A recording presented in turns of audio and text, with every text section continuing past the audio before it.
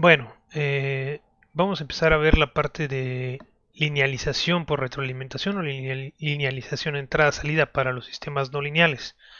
Cómo diseñar un control que nos va a permitir obtener relaciones lineales entre la salida y la entrada de un sistema originalmente no lineal.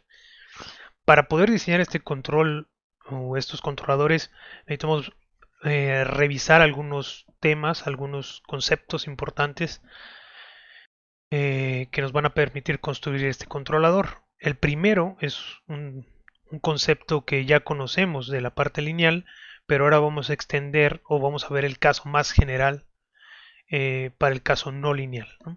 Es el concepto de grado relativo. En este caso vamos a ver únicamente, vamos a empezar viendo la definición únicamente para sistemas una entrada, una salida, o para sistemas SISO, ¿no? Single Input, Single Output en inglés.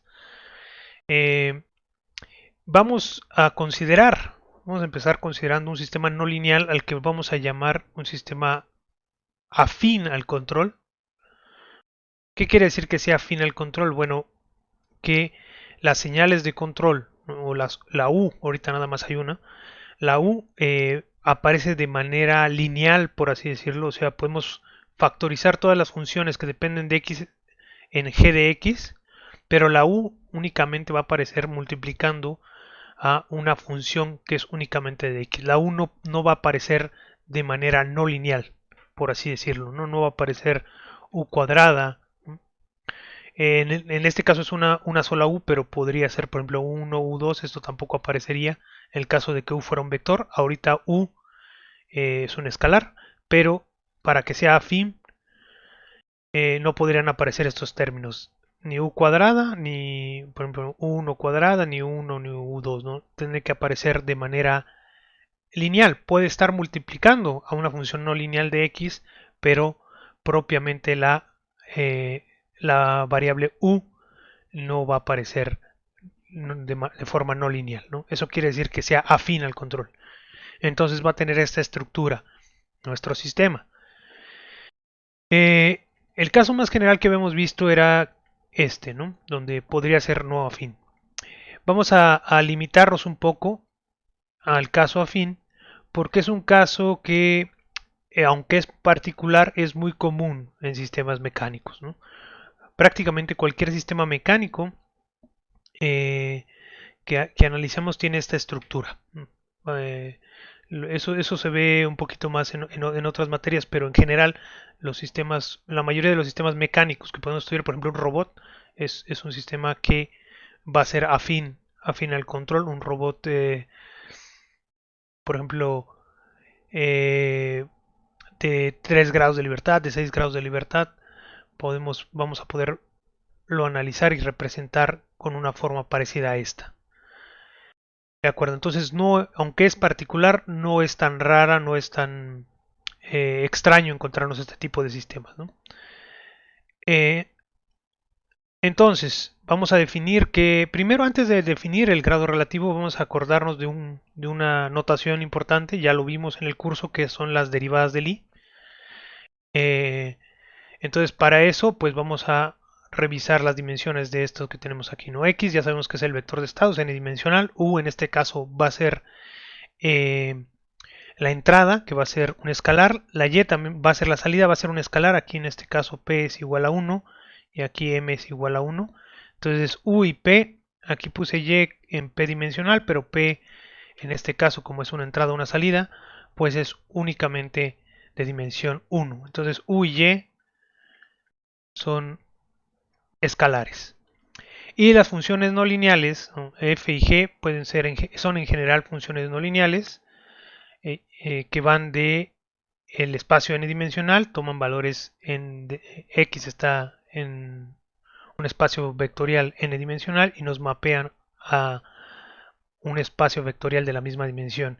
Y h es el mapeo de la salida, ese sí nos mapea de Rn, que es el tamaño de x, a ahorita va a ser los escalares, ¿no? Porque y es una función escalar. Entonces nos mapea a un escalar la función h.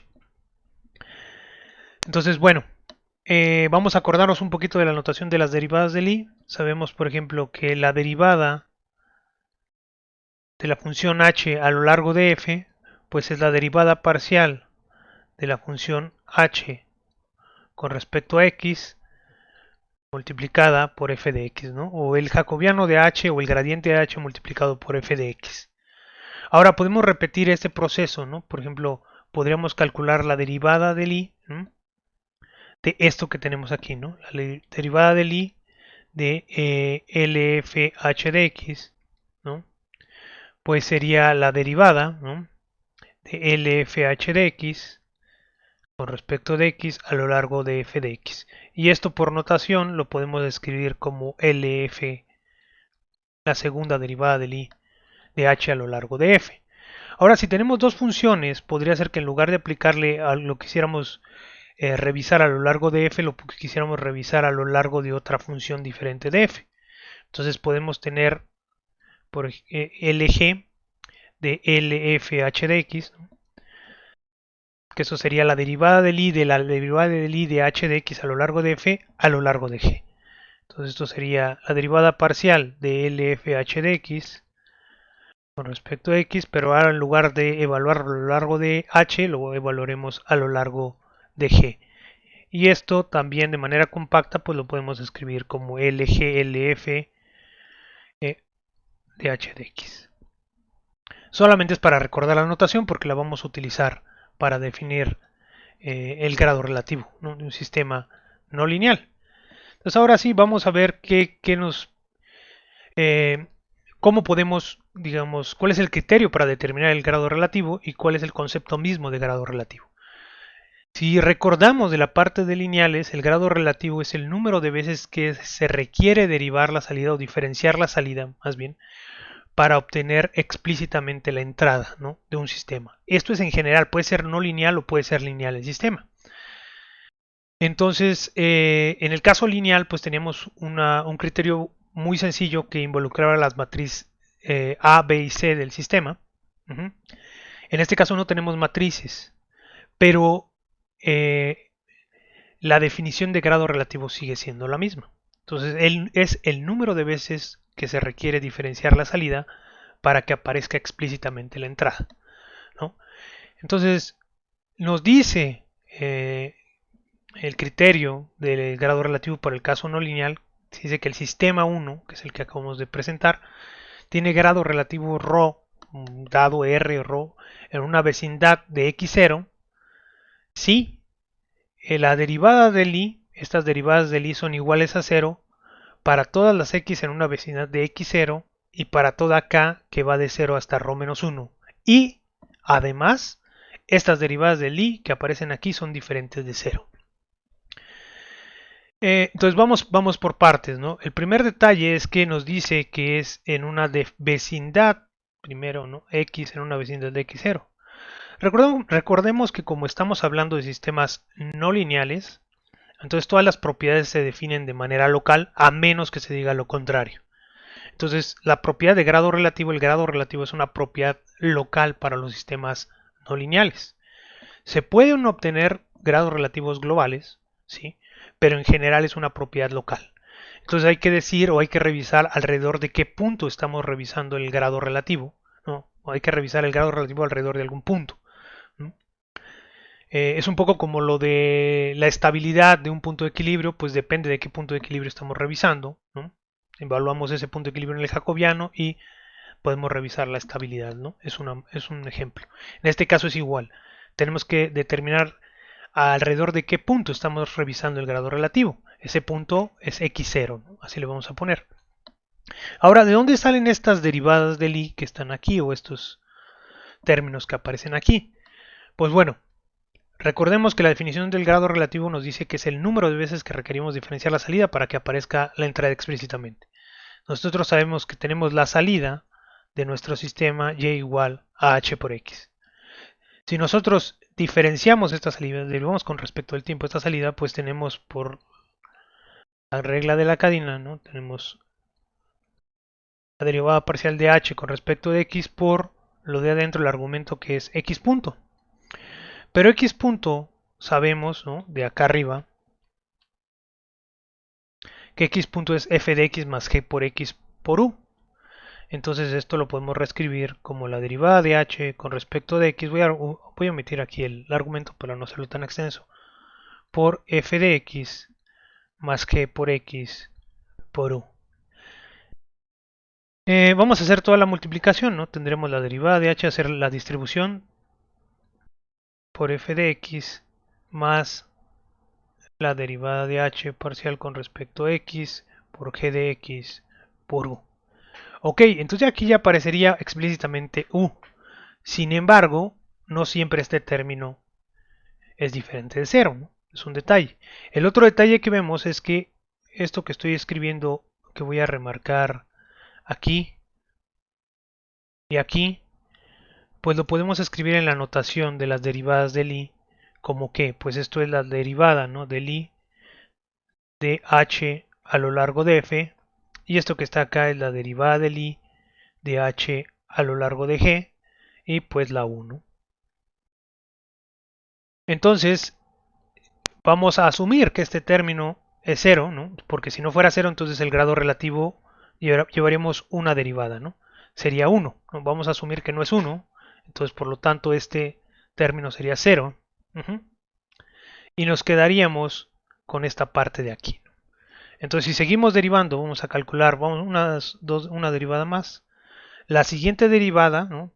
Entonces y punto quedaría igual a LFH de x. Entonces la segunda derivada pues sería nuevamente aplicar la regla de la cadena, esto que está aquí, y sería la derivada de LFH de x con respecto a x. Voy a quitar el argumento nuevamente para no hacerlo tan extenso. Por x punto, ¿no?, que es el argumento de esta función. Pero x punto ya sabemos que es lo que está aquí adentro, ¿no? Entonces de una vez lo voy a poner. F de x más g de x por u.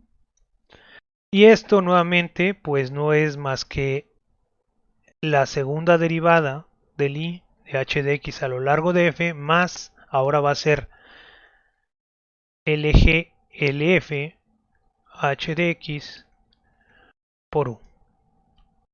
Porque aquí es la derivada parcial, fue lo que escribí arriba. La derivada parcial de lf, ¿no?, a lo largo de g, entonces es lg h de x por u. Nuevamente, si no fuera el grado relativo 2, entonces esto sería 0, ¿no? Entonces nos seguiríamos, ¿no?, hasta el caso que tenemos acá, por ejemplo, aquí la definición sería ρ. Vamos a pensar que llegamos a la roésima derivada. Entonces tendríamos la roésima derivada, pues sería LF ρ h de x más LG LF ρ menos 1 h de x por u. Y si decimos que este es grado relativo, pues este término que está aquí forzosamente tiene que ser diferente de 0. Si no, tendríamos que derivar una vez más.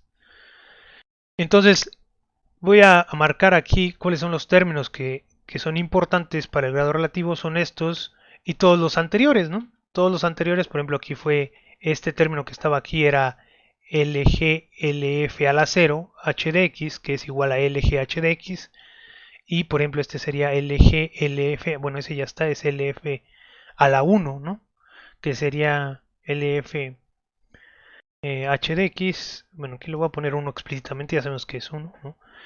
Y nos seguiríamos hasta LG LF K menos 1, ρ menos 1, perdón, ρ menos 2, porque ρ menos 1 es el que es diferente de 0, h de x. Todos estos pues tienen que ser iguales a 0, ¿no? Todos estos términos. Y es lo que está acá arriba escrito, ¿no? Es esto, que es LG LFK de h de x igual a 0 para toda x en una vecindad de x0 y para toda k de igual a 0 hasta ρ menos 2. Y este término que está aquí, esta derivada, tiene que ser diferente de 0, ¿no?, para ρ menos 1. Entonces ese sería el grado relativo de nuestro sistema. Ahora, ¿por qué en una vecindad de x0 y no en todas partes, ¿no? O ¿por qué únicamente de forma local? Bueno, si nos damos cuenta, estas ecuaciones que están aquí dependen de x, más bien estas funciones, estas derivadas que estoy circulando aquí dependen de x.